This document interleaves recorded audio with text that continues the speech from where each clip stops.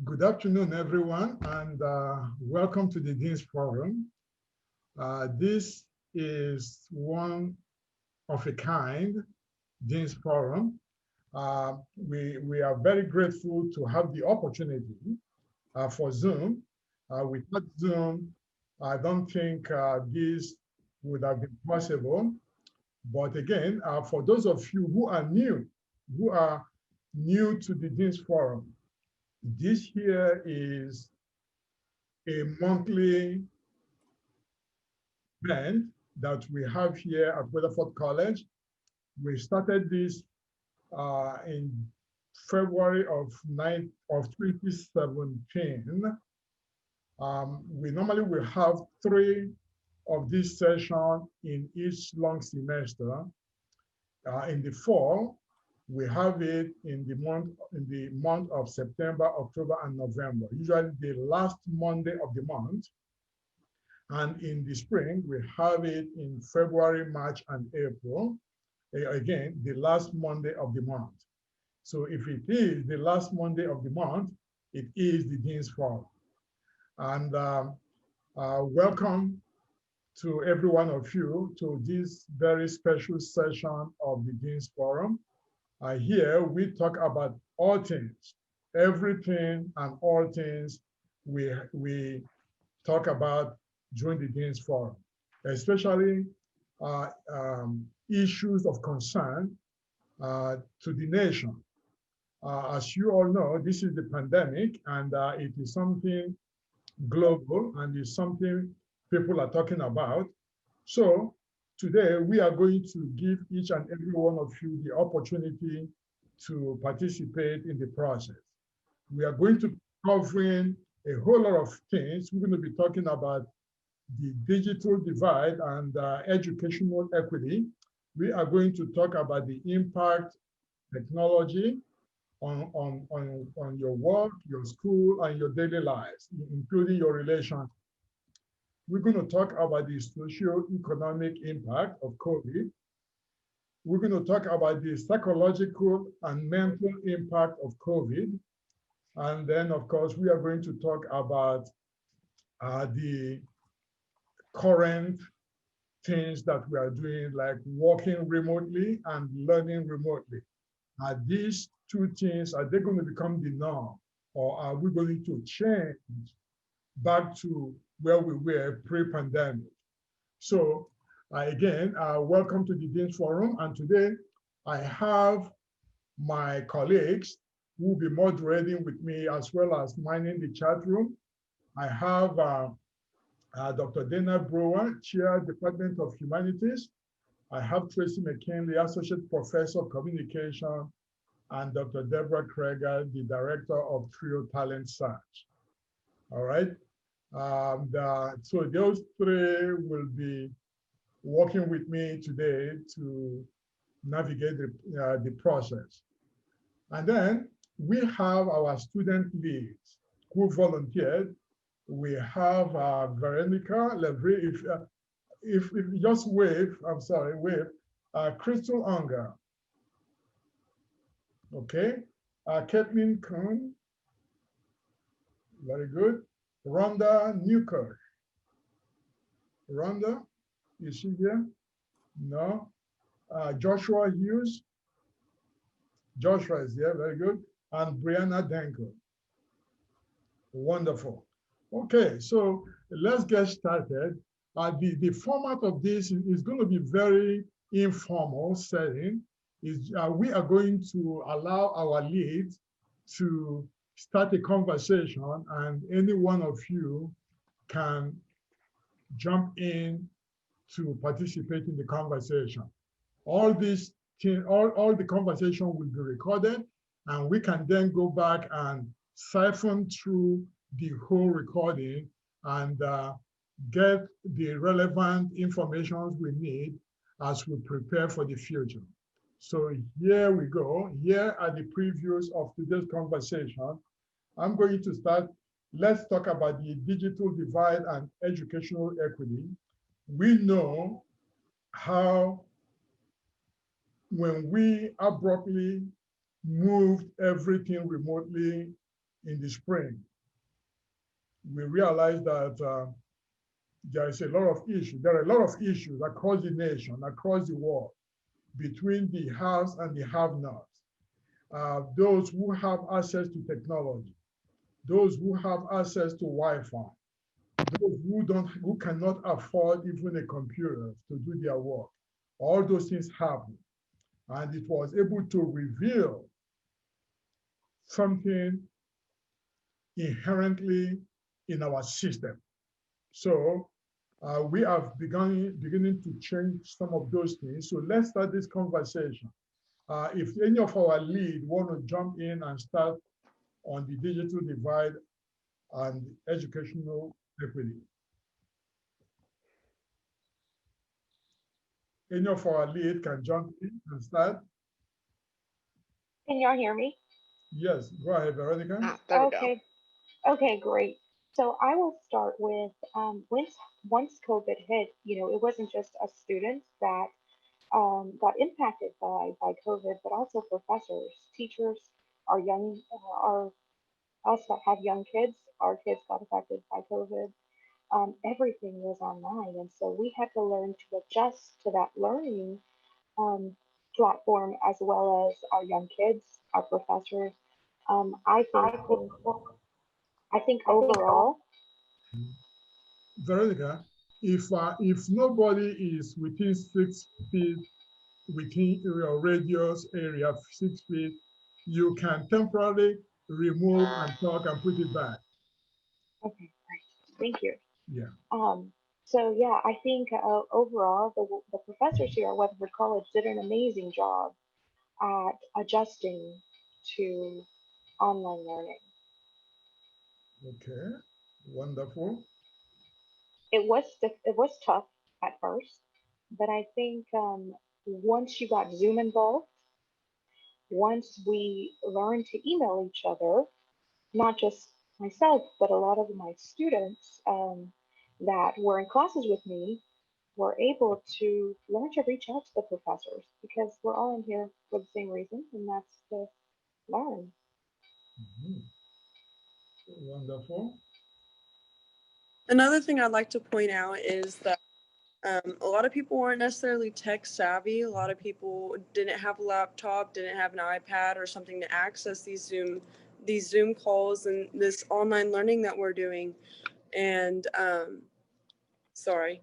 So Um, I have a poll that is running in front of you. So if you want to answer, respond to the poll, go ahead. Feel free anytime. Go ahead. and so a lot of students as well had to adjust to this online learning, emailing their teachers how to discuss and find this help online instead of going up to their teachers in person. And I just think it was a lot more difficult for students as well, not necessarily professors, but like younger students as well, because I know some family members that are like kindergartners and first graders that are having to do this online learning, and they don't know how to email and things like that. And it's requiring the whole family to chip in and help with this digital age of school. Very good. How about families where you have multiple, 2 or 3 in a family that are sharing one computer just because of affordability? Did you guys experience that, or do you know of somebody who experienced such a thing? That's where I was going to jump in. I have a third grader. I guess he was in second grade when COVID hit last year. Or no, he's in third. I'm sorry. Um, and then with me in school full time, his online learning full time, and my husband is also doing part time classes to um, get a higher degree for his job. It was a lot. I'm already on the computer for hours as it is with my studies. Then my son, who has a learning disability, his work, which should have been simple, took an exponential amount of time, and it was a mess. Luckily we were able to, we had the means to go get another computer, but not everybody can do that. And before we were able to do that, it was a chore. I mean, somebody was constantly trying to switch out, hey, can I get this done for 15 minutes and then I can give it back? And that was a struggle. Hmm. Okay, and Caitlin, can you tell me a little bit? You talked about accommodations for your son. How did someone with special needs adjust to that situation? So he has ADHD, and it was just it was a really big struggle. There were some days where he would start his work at 8 in the morning and we wouldn't finish till 7 or 8 at night, because he would have to constantly take breaks and come back and revisit subjects or assignments. And it was hard not to be able to just have a conversation with his teacher. Luckily, we were able to Zoom. So if there was a day that he needed extra help or things like that, she did offer that kind of support for him. and so where are you guys right now in terms of adjustment from last spring and this fall? Where are you, your family, where are you right now in terms of adjustment? We've adjusted pretty well. Luckily, my son is back in face-to-face classes all day. Weatherford let us decide if we wanted to do online or send him back face-to-face. And he's doing really well at home. I mean, at school. And me and my husband can both, do our work as needed. Okay. I'm gonna go ahead and add into what Caitlin said. Yes, my son is also dyslexic, so the school was able to provide a lot of online platforms for students that have dyslexia. They were also, some of us were able to acquire borrowed laptops that they let us use until the summer. So there was a lot of adjustments for sure, because not only are we as college students doing our online classes, and we need good internet, and also, depending on where we live, some of the internet's kind of spotty. It doesn't work everywhere. And we live out in the country, so we needed good internet. The school was able to provide that. The dyslexia, there was a platform that we could use, but it's not the same. For sure, it's not the same. Um, everything's online, and so even though the teachers are there as support for the younger students, having an actual physical teacher that you can go to anytime that you have questions is really big, and more so for us college students as well. But like Dr. Ibe said, it's adjusting. We have now adjusted to that platform. We've seen what it is to not be able to come to school. So personally, I appreciate the fact that we're even here. Masks and all, it's so much better to do this than all of us doing virtual learning. Mhm. Wonderful. I know it was difficult for uh, all our students during the spring when we suddenly moved everything online, as well as for the faculty and staff. It took a toll on everyone, physically and mentally, but we were able to plan over the summer and prepare for the fall. So now that we are back in the fall, it's still a struggle, but we are finding ways to make it right. So the question would be, uh, how well are we doing thus far in this fall semester? Um, And Sorry. no, you're fine. I'm sorry. I think so far this semester, I would say that the majority of my professors met and surpassed the bar of what I expect as a student. I feel that communication is excellent with a lot of my professors. The information that we need, recorded lectures or videos or anything like that, has been easily accessible. more so this semester than previous semesters. So that's helpful. And I like having like recordings that are in there, because being in a science class, for example, being able to go back to a recording and re-listen to that, it's been a benefit for me, rather than, you're in lecture class and you forgot what the professor says and you have to wait to your next class to be able to say, what was this? And it's just, I feel that having these extra resources has been a benefit. Wonderful. So the ability to use Zoom or other recording devices, either asynchronous or synchronously, has been very helpful to you guys in the classroom. Is that what I'm hearing? Yes, I totally agree. I came in, I'm a freshman this year, but I came in with like 33 dual credit hours. So I was kind of used to the hybrid online type thing, but just coming to Weatherford and being on campus and everything,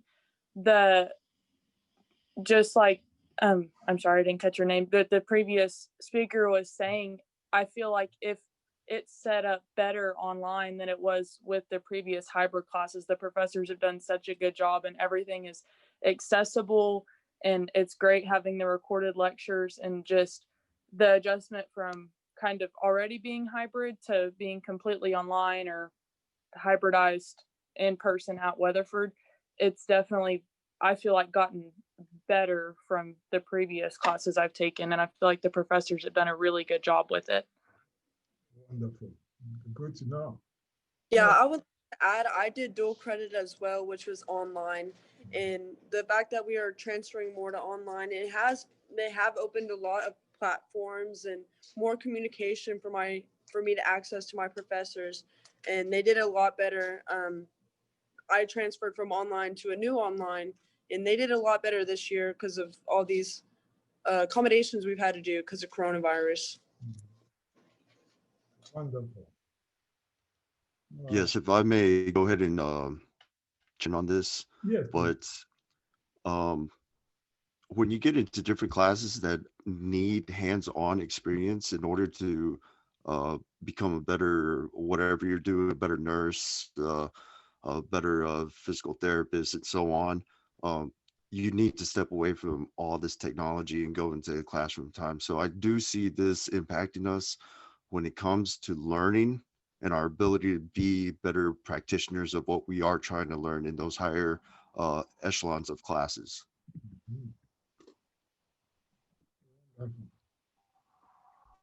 Yeah, I took a physics course over the summer, and it was rather difficult not having the physical lab equipment to interact with. It was like you were constrained by how well whoever was doing the actual measuring was able to measure,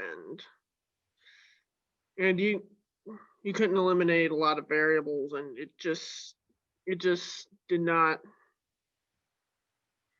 it didn't give the same level of, sorry, I'm really bad at talking today. No, go ahead. It just didn't give, like you couldn't really do the experiment as well as you otherwise could. Like, you're not going to be able to, like, you don't get experience setting up experiments, taking measurements. You don't get that with the online. Real life. I completely agree. Oh, sorry. You're good. You can go ahead.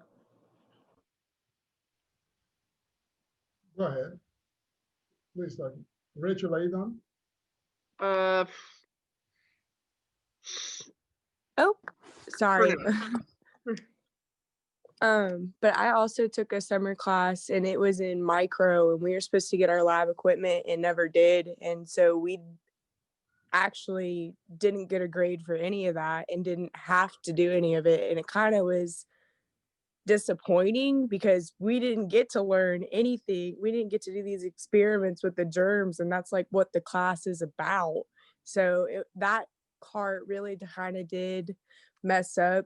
But I have noticed that the summer was a little bit misleading because everything was so new, and the fall has gotten better because it's like we're used to it. We had a summer run and like it's gotten better over time.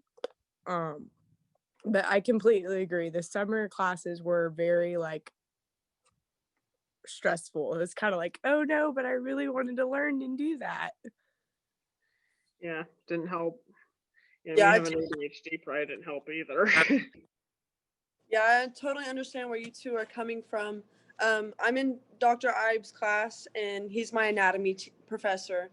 And for more hands-on people who like to do labs and like to do those experiments, it is very difficult for people who do learn hands-on because they're having to learn visually and by learning by hearing and the lectures and such that we use. So it is quite a difference in people who need to change the way they learn. And I do understand where both of y'all are coming from. It is quite difficult. I wish I could do the labs of anatomy that with Dr. Ibe, because it would be a lot easier, I think, for myself anyway. I think people have to say that Yeah, Joshua, go ahead. I was just saying, I think everyone has to learn and adapt. Unfortunately, no one planned for this event to happen. And I just think understanding that everybody has different learning styles and having to adapt to that, I think instructors might have to be a little receptive towards student struggles because not everybody is the same. And I just think that time will basically help people adapt. It's a matter of time. I mean, I'm not a person who learns easily unless you're tactile. I'm a tactile learner, so I need to be hands-on. And I think by doing stuff physically is my best way for me to retain information. So just watching and reading isn't always as efficient for me. So I just think having to adapt to a class, especially like anatomy, physiology, has been a struggle pretty much, is what I'm trying to come across. My message. Definitely, yeah. Learning science and some other field are very difficult to learn remotely, no doubt about it. But this being pandemic and things happen because of this, but at the same token, we are learning to teach better online through interactive processes or devices. It's not going to be easy for everyone. One of the hallmark of equity is meeting every student where they are and working with them to achieve, their self, for them to be able to achieve that self-confidence, to be able to articulate their own knowledge base and their skills base. And that's what we are working very hard as an institution, as faculty members try to do. We are going to, we want you guys to make these recommendations and suggestions. And it is incumbent upon us as staff and faculty members and administration to improve upon what we do to meet your needs. All right, let's talk about how about the impact on, let's talk about the impact on technology in your relationships in terms of not able to visit your grandparents or friends and not able to go out on a regular date and no hugging and all those things. How has the COVID impacted your life in those areas? Ironically, it's actually probably helped my situation out some because I'm not living with my parents anymore. Because me going out all the time and that being like my dad's 71, so that's not exactly feasible. So that actually it ironically kind of helped me. But aside from that, before I was back out of the house, when I was stuck back in the house, I was pretty cut off from a lot of people. Like I I was it was very rare that I was actually able to see my boyfriend. Now, a lot of that was because he was also trapped inside his house because of vulnerable parents. So neither of us were really able to get out much and see each other, and I wasn't able to hang out with friends. It was like we tried playing Dungeons and Dragons online, but it's just not the same, you know. Like Very interesting. All right. A comment Go A ahead. comment I'd like to make is I had a family member actually go into the hospital during this coronavirus, and they were only allowed one family member in the room at a time. So it was quite difficult because it was actually neurological related. It was they were having seizures, and we were told that they might have a tumor, and we were just really nervous about if they were going to be out of the hospital or not. It was really hard on all of us whenever we weren't able to all be there together in the same room with them. Yeah, likewise, I'll go ahead and add something in here. During this whole pandemic, my sister had a baby. And in order for, because we love her so much, we couldn't expose her and the newborn child to everything going on. So we, as a family, have to stay away, and that's really hard. You want to be there to celebrate and to love on, your family, but unfortunately you can't do that. And so we have to be more conscientious of how we affect other people as well as our own family. Okay, I'm sorry. I'm just gonna have to say there's some sort of high pitched feedback coming through your microphone. You may want to check on that. I think it might be because Shantae and Veronica might be in the same room. Are you in the same room? No? No. Okay. Really close together, kind of, but not in the same room. Okay, wonderful. All right. Anybody else have to comment on the relationship thing? How this COVID has impacted your relationship? Well, I think it's not normal to be stuck at home all the time. And until every state's different in how they open up businesses and such. So going on dates and people walk around living their daily lives has changed, obviously. Social distancing, though it's preventative to spread disease, I think people aren't used to the lack of interrelationship communications and personal communication. So obviously, I think it's been quite a struggle for a lot of people. I think as humans, contact. I can also say that I literally got married, I'd say 2 weeks before the pandemic started. And whenever we went on our honeymoon, it was a week before everything started closing down. And it was just a really big realization of what's going on around us, because we're like, oh, we want to go do this or that. And well, this or that was closed. So we ended up just spending a week in this cabin in Tennessee. And honestly, it's a very, shows what your marriage is going to be like when you enter it through a pandemic. So.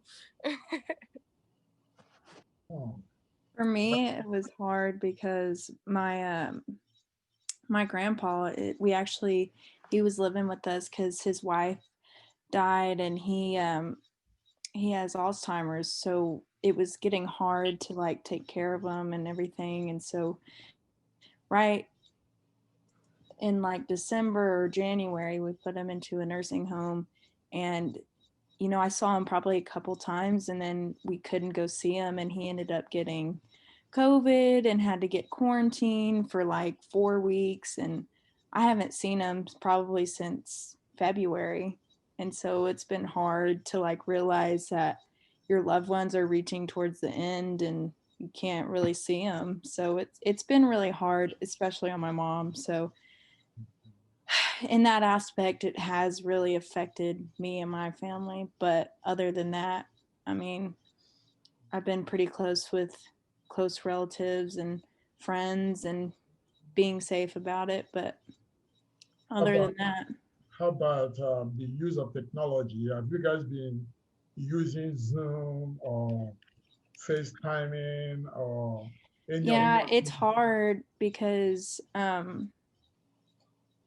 you can't really, like, we've gotten to FaceTime him a couple times, but usually he's really out of it or stuff like that. And when it has to do with school, it's really hard emailing your teachers and having to ask those like tough questions that you're confused and you're trying to get it in the right words. And so it's really hard to connect with them and get your point across and build a relationship, because building a relationship with your professors, I think, is important in this aspect, because I know Weatherford College, I've had amazing professors so far, and this is my second year, and building a relationship with them has helped me tremendously in the past.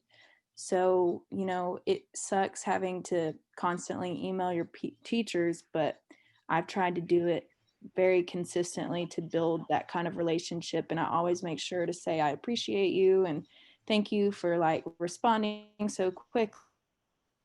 And because it's hard, and I know it affects everyone's relationships, and especially between the student and the professor, it's really hard. So let me just say something to that effect. You can always send an email if you don't know how to phrase your question. You can send an email to your professor, say, is there any way I can have a Zoom time or a Zoom meeting with you? They will schedule the Zoom meeting with you, just like we are, and then you can express yourself freely, and they'll be able to answer your questions. Okay, so right. just don't think that everything should be done via email. I personally don't even like to respond to students a lot on email. It's very brief, but through Zoom, I can communicate even more effectively. So try that, okay? All right. All right, any other comment on that?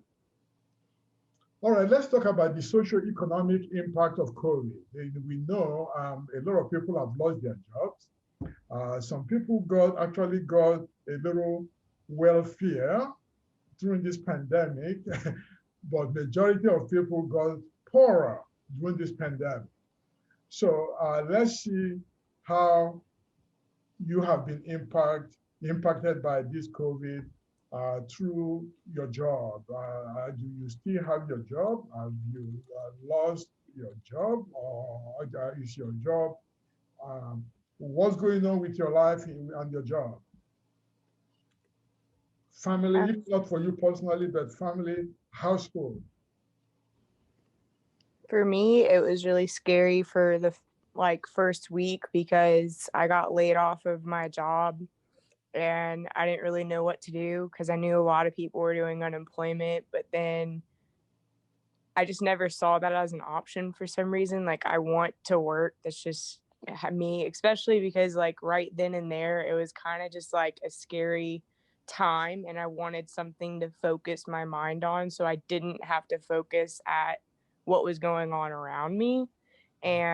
But I only got, thankfully, I only got laid off of my job for like 3 weeks and I was able to come back. And my job actually did a fundraiser for those they had to lay off. And we got a check for both of those weeks. So we still were able to make money while we were off. So I'm thankful for them for that. But for those first 3 weeks, it was really scary. How about how about now and for the future? Do you see some stability in your life right now? At my job right now, yeah. I mean, I got hired back on, and I mean, everything is good. I don't think that the way my job is they were also the first ones to open up as soon as they said that we could. So I feel very stable in my job, and I know that if it were ever to happen again or shut down again or whatever, I know that they would take good care of me. So that's a good thing. Wonderful. All right. We know that the pandemic at the very beginning impacted a lot of families. And we as Weatherford College, we tried very hard as an institution to reach out to some of our students who are in need and those that reach out to us to provide them with some of the basic needs that just to sustain them for some time while they get other things going for them. So if you feel that you are still impacted by this COVID economically, we as an institution can find a way to help you. You can reach out to me, and or I can refer you to the appropriate person that will take care of you, or you can reach out to the financial aid office and ask about the CARES Act fund, or you can reach out to the Student Services Office, Mr. Adam Finley's office, and somebody will be able to help you. So again, we are here to help, to provide any assistance we can. And usually all these things happen either through the financial aid office or through the office of our vice president of institutional affairs, Mr. Brent Baker's office. I forgot, I always forget his title, but Mr. Brent Baker's office is very good in responding to students' needs on a timely basis. So we have ways to help you if you have need. All right, let's get into the psychological effect. We know COVID is here, and you're wondering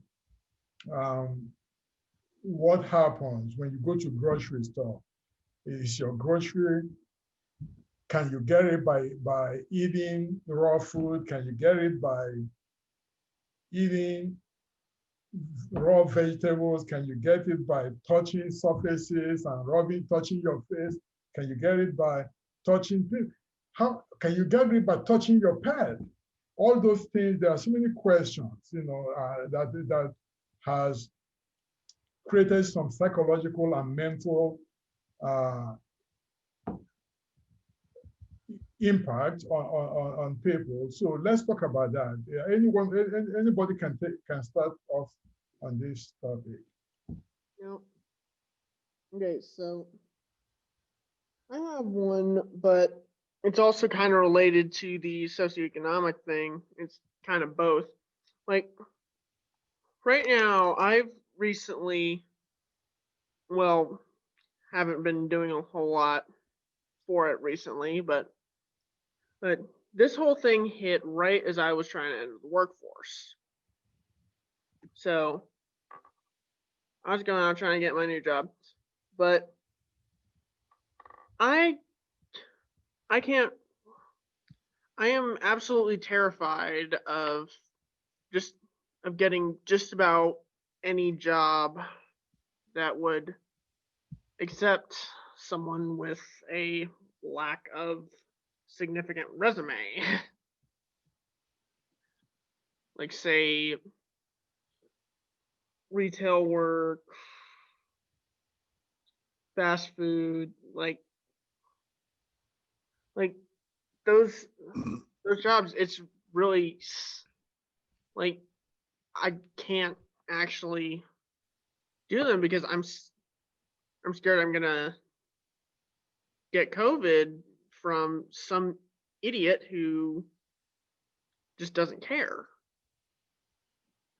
So there is that fear in you that going out there to get a job in those type of establishments puts your life at risk of contracting COVID. Is that what I'm hearing?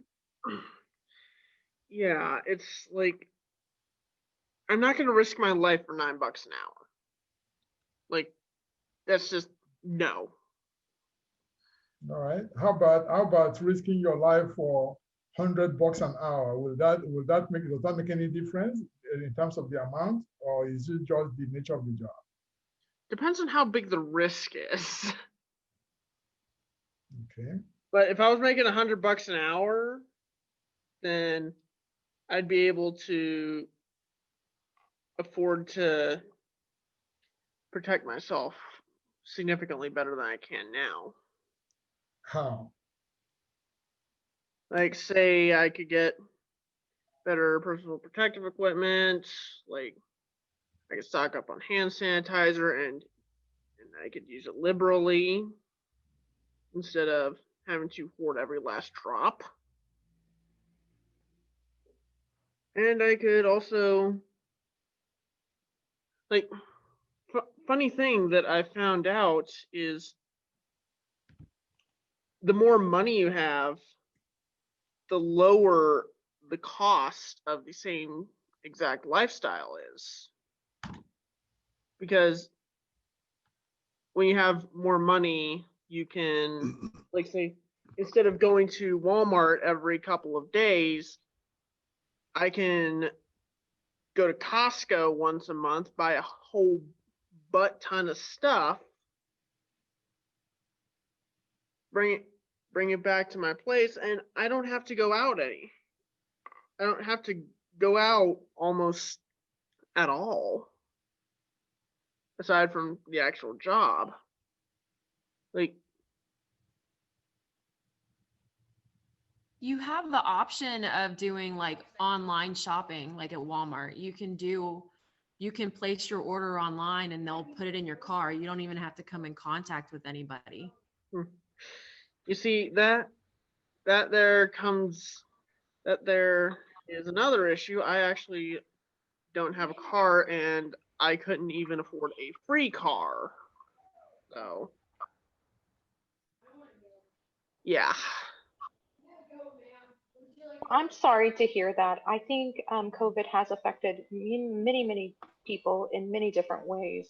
But to get back to the topic, so psychologically, I believe that nowadays, when someone sneezes, we all think, "Oh my goodness, should I cover my?" Even when we sneeze, we think, "Goodness, should I cover my mouth?" I promise I don't have COVID.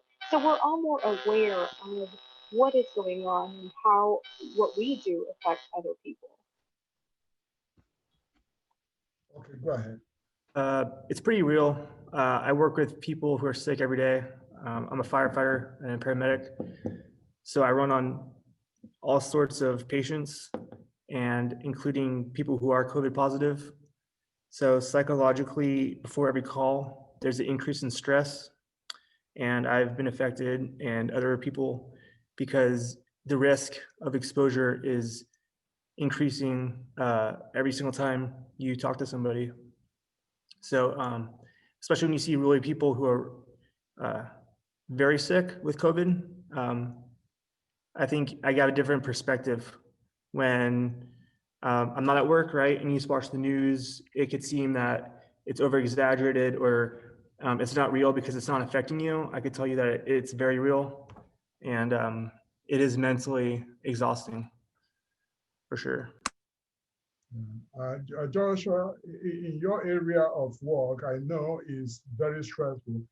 It seems like we tend to live in two different worlds. You go into those frontline workers, you know that pandemic is real and is still here. It hasn't gone anywhere. Then when you move out of that environment to a different environment, it seems like there's no pandemic, nothing is happening. We just have people walking around with masks on, that's all it is. So how do you balance that type of world where you have the frontline workers, they're going every day, then when you remove yourself from there and come back to this part of the world, and you see people think that there's nothing happening, and vice versa, how do you balance that? I feel you can't reason with the unreasonable, so to speak. You just hope that people take information seriously, and at this time and age where everybody is on extremes, so to speak, nobody knows what information is real. I think people, it's difficult for them to really know what's, if it's real or not. And I think people struggle with that. Going to work and dealing with it, I just do the best I can for myself, my crew, and my family. And we wear the masks. I try to avoid exposure to my child in popular busy places.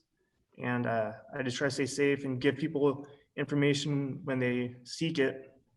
But I can promise you it's not over exaggerated. I've seen people die from it. There's an increase in cardiac arrests, and you have to wear the whole hazmat type suits, and it gets very hot and can't see, and it's uncomfortable.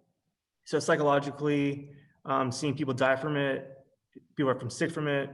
I just think it's unfortunate that people don't believe what the CDC says or what science has proven, unfortunately, just because media sides, so to speak.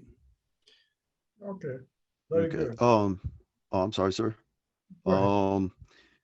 Well, if we're gonna, without going into too much of a political debate or anything like that, if we're going off based what the CDC says, if you go on to Weatherford's COVID-19 page, it says to follow the CDC's recommendation for the use of masks. And if you scroll down and read what it says those that are well-to-do without wearing a mask should not wear a mask. I'm not saying that this thing is not real. I'm just saying that the media is hyping it up. If we're calling to a sense of authority, I'm in the military. I've been all over Texas throughout this whole year with response to both COVID and the protests happening. I've been around thousands of people. I've been bled on, I've been spat on, and I have been sweated upon. Not one time out of 2,000 soldiers that were tested immediately after some of the protests that occurred, not one single occurrence of COVID-19 happened. A full bird colonel came up to us and he stated that the PCR test has a 50-50 shot. If you've been sick in the past, it's possible you could pop a false positive hot. So to me, the people that are really afraid have just not done their research. I could point you guys to plenty of research articles that say that PPE doesn't really affect the transmission of the virus. Well, let me just say something just very briefly based on your comment. You have a very high chance or a very high propensity of contracting the COVID eating in a crowded restaurant indoors than being outside in the protest. That is a fact because outside you have less chances of contracting it than from the inside in an enclosed, not well ventilated room. That part is a fact. And then of course, the other thing too is that because we have 100 or so people gathered together in one place, chances are that all those individuals could be negative or don't even have the virus in them. And then you go into a group of where you have 10 people gathered, half of those individuals have the COVID. It all depends. Again, there is I'm not here to lecture about science as a clinician. I'm a trained clinician and a public health person. The thing here is the viral load is very, very important. And that's why we say, when you are indoors or around people, limit your contact 15 minutes. If you're going to be having contact with them more than 15 minutes, take it outdoors, not indoors. And try to stay more than 6 feet apart. That is always the advice. Now, let me go to something. Let me ask you guys a question. How do you guys prepare in terms of the fruits and vegetables? Have you guys been consuming it, or are you having that psychological effect, thinking that if you eat fruits and vegetables that since they are raw, they are not cooked, that you could get the COVID? Anybody? No, it's not stopping me at all. My thought is the more healthy things that I can put in my body, then the better chance I have of my immune system working if I do get it from somewhere. No, very good. That's a good way to look at it.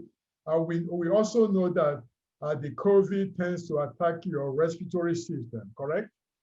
So whatever you consume through your mouth, we're just hoping that you consuming small amount at a time, you don't inhale it, even if it has COVID. There's a possibility that if you don't inhale it, you chew it and it gets into your stomach, you have enough hydrochloric acid in your stomach to destroy the virus. That there is a fact.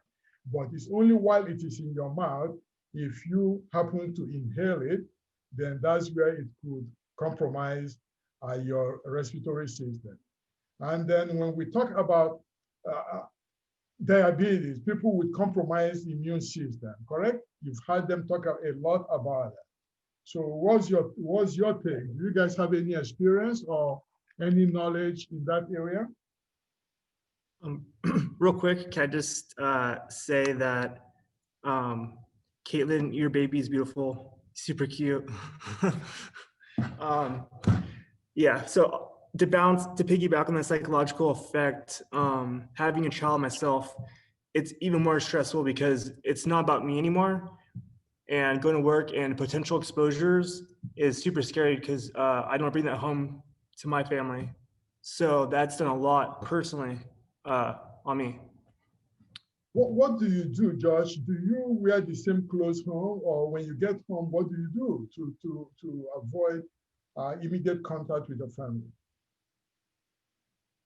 Fortunate for me, my organization provides good PPE after every call, but I'm like a hyper aware person. So I'll go above, I'm a little paranoid about it.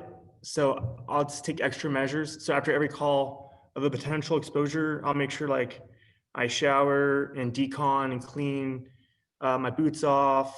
The ambulance will turn it over.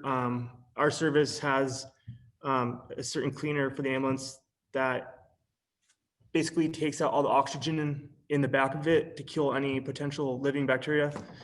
So we have a lot of sanitary ways to kill the virus among the normal cleaners. And then I don't wear my uniforms home. And I just try to make sure that we also take our temperatures 3 times a day at work. So I know at least before shift and after shift, prior to going home, that if you have a fever, then I wouldn't go home, that they would provide us with a place to stay so we wouldn't expose our family. So I'm fortunate with that ability as well. But so I just think by testing myself, it gives me more security to go home. But knowing that you could be asymptomatic, so you could have the virus and be carrying it without showing symptoms, is always in the back of my mind, because again, the amount of exposure I get constantly with patients who could even be asymptomatic without respiratory complaints, right? Exactly. You could have a back pain patient who got exposed to it, they don't know they have it, and then now they're a carrier, and then I could get it that way. So just having that mask on and proper hand sanitation constantly, and yeah, big deal. let me have our moderators, the chat room. Do we have any questions from the chat room? There have been some, but some already been answered. Okay. And some have been really encouraging remarks from different people. Okay. But there was a question about the CARES Act that applies. I think Shantae's here. It'd probably be easier if she just said what she posted. There she is. Shantay, yeah. I'm inhaling my lunch while I watch this, so that's why I keep turning off my camera. Y'all don't need to see me eat. CARES Act funding that we were able to obtain from the government, that was a one-time payment that they went through and pulled a list of students who attended in the spring and in the summer, and they issued those payments. So if you've already gotten one of those payments, there isn't another payment that you can apply for CARES Act. If you haven't gotten that payment and you think you might be eligible, there is an application under the financial aid portion of our website that you can use to apply for that. And if you have any direct questions, you can always email finaid@wc.edu, and they're always really quick to get back to you on if you're eligible and what that looks like. As far as emergency aid, that is something that's hosted through Brent Baker's office for students who have had an emergency come up that could affect their studies. So if you had your car break down, or you blew a tire on the way to class, or you can't pay your electricity to keep it on, and you are requesting help with that, the emergency aid application is done through Brent's office, and they typically turn that around in about 24 hours to get you the help that you need if you qualify for that. Yeah, let me just add one thing to that one. With the Brent Baker's office, you have to be referred to his office by a staff member or a faculty. So somebody has to refer you to that office. Through that office, we took care of a lot of students at the very early stage of the pandemic. Thank you so much, Shante, for that information. And also, even though you received the CARES Act fund money, if you are experiencing issues with your computer, you can always get a loaner computer from Weatherford College to use to help you throughout the semester. So again, a faculty member will have to refer you to Greg Schrader's office, and copy that in that email. You have to copy Larry Gillespie as well, and then they will qualify you and find you a loaner computer. All right. Any other question on that side of the chat room? No. We have like 3 more minutes. Go ahead, Tracy. Josh was talking about how people could have it and not even know. Like, this is kind of an extension of that. Like, for example, I have really bad allergies. Like, so bad that sometimes I'll start sneezing and then everyone will start like freaking out thinking I have COVID or something. But well, I don't know if I have COVID. And Rachel, do you want to get tested for it? If you want to get tested for COVID, you know you can either call your healthcare primary care physician, or if you don't have one, you can contact any of the local CVS or Walgreens, and they will direct you and show you, how to get tested if you want to get tested. So those there are available for those who want to get tested. But going back to having allergy, yes, of course, we all are paranoid. If somebody comes around me and sneezes, I will run the other way.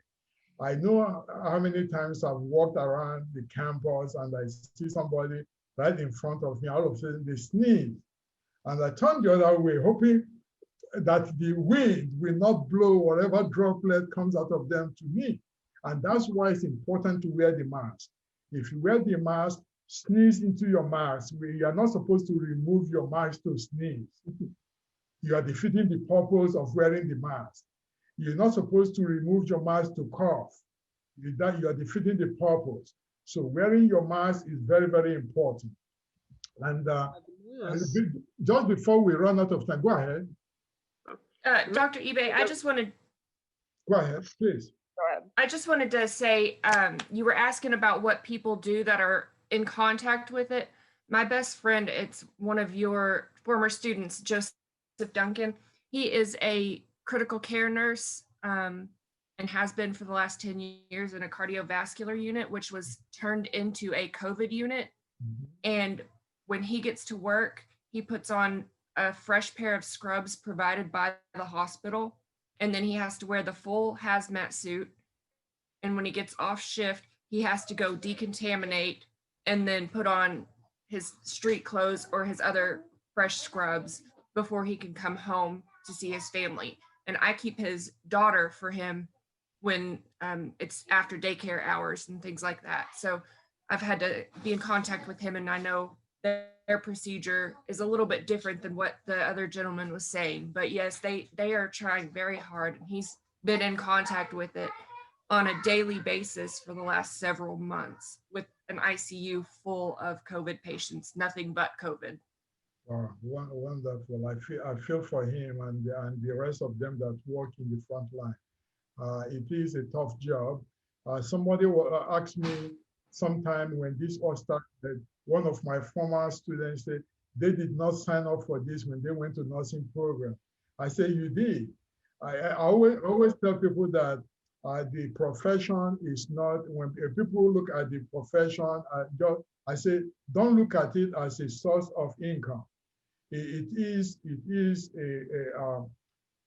a calling. It is something that you have to have passion for.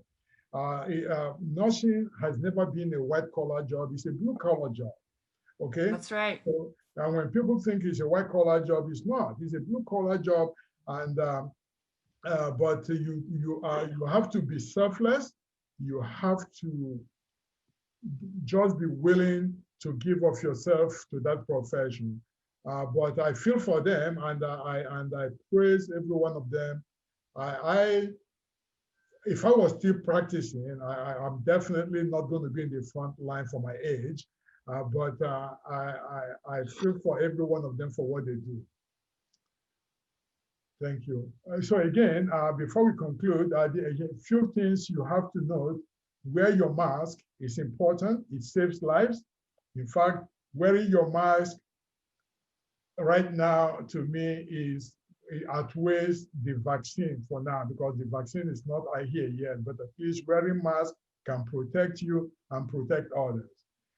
Practice your social distancing. It's important, 6 feet apart.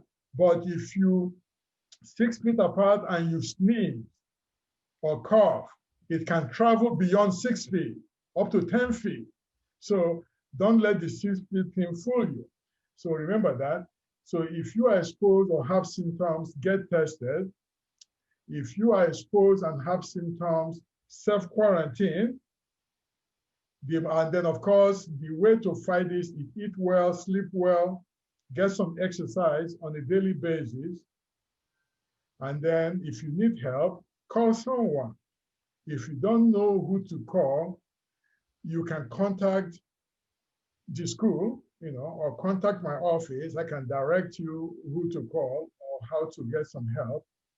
Again, it's been wonderful having every one of you here today to talk about this. And we are going to follow up on this, maybe continue this conversation somehow. If I get more feedback from each and every one of you, if I get more feedback, we can continue this conversation again next month and make it a second part of this All Things COVID. It's very helpful. It's always very important when you have this type of conversation. It's therapeutic. when you know you are not alone, you know that a lot of people are going through the same thing you are going through.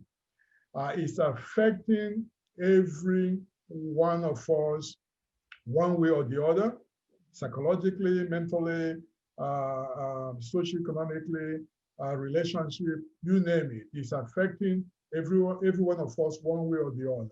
But through our collective knowledge, our collective discussion, we begin to find ways to find strength and be able to see this through. Hopefully, we all will be gathering again someday in the future to say we survived the COVID, we survived the pandemic, and that is the ultimate goal. And I thank you again for joining us this afternoon, I would say. And again, remember, if it is the last Monday of the month, it is the Dean's Forum. Thank you. And bye-bye, everyone.